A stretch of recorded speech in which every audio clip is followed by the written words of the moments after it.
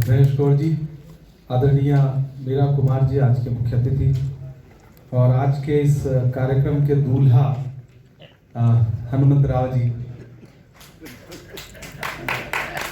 उन्हें बहुत मुबारकबाद इस बात के लिए कि खूबसूरत किताब उनकी ज़िंदगी पर आज हम सबके हाथों में है।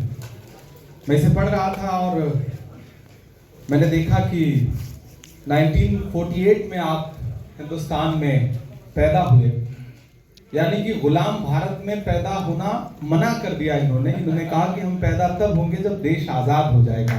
तो 1948 में पैदा हुए, वो जंग तब से इन्होंने लड़नी शुरू की गुलामी के खिलाफ, समाज में जो गैर बराबरी है उसके खिलाफ, और लगातार पूरी जिंदगी लड़ते रहे। और अब जाकर के 75 साल के बाद उनकी जब जिंदगी हम लोगों के हाथ में किताब की शक्ल में आई है, तो मुझे पूरा यकीन है कि हम नौजवानों को बहुत इंस्पिरेशन मिलेगा। किसी व्यक्ति पर किताब लिखी जाती है तो उसके अपने चंद लोग उस किताब को पढ़ लेते हैं और किताब फिर से रद्दी की टोकरी में चली जाती है।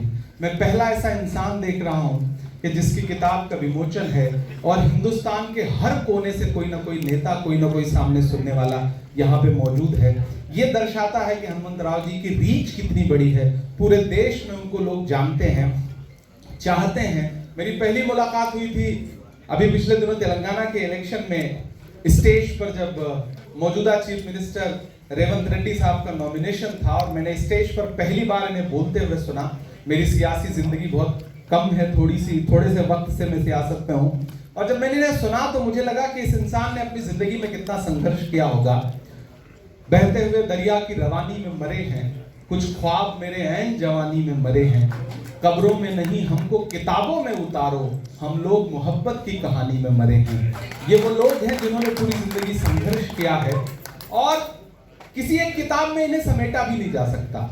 मैं इसके राइटर को, कृष्णा जी को बहुत बधाई दूंगा कि उन्होंने तमाम इनकी पूरी कहानी समेटने की कोशिश की है किताब में। मैं तस्वीरें देख रहा था तो संजय गांधी जी से लेकर के राजीव गांधी जी से लेकर के राहुल गांधी जी तक 3 पीढ़ियां, 2 पीढ़ियां इनकी इस जिंदगी में शामिल हैं। आप अंदाजा लगाइए कि एक इंसान ने 75 साल की जिंदगी में हिंदुस्तान के इतिहास को बनते, बिगड़ते, खूबसूरत होते, बेहतर होते देखा और हर उस लड़ाई में शामिल रहा। यहाँ मुट्ठी भर लोग बैठे हैं, लेकिन आप अंदाजा लगाइए कि हनुमंत राव जी का संघर्ष कितना बड़ा है।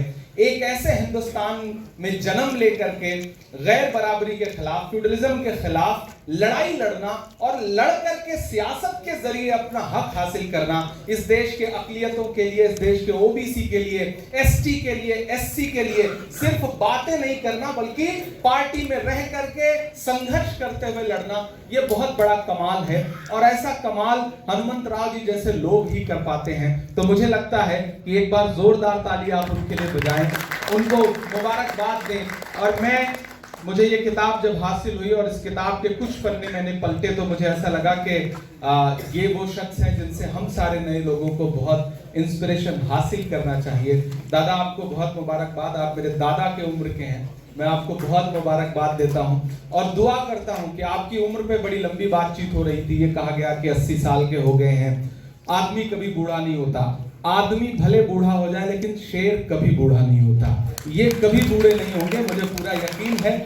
और ये इसी तरह से पार्टी की खिदमत करते रहें। राहुल जी इनसे बहुत प्यार करते हैं, मैं इस बात को जानता हूं।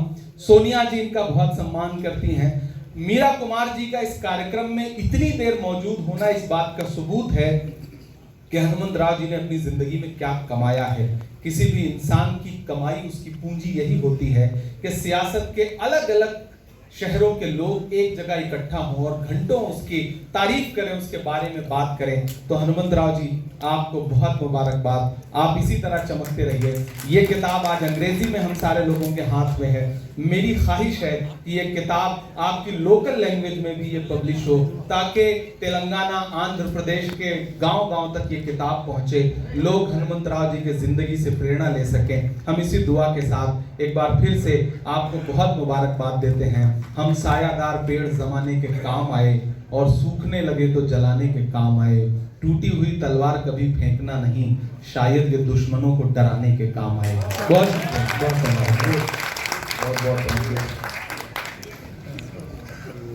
बहुत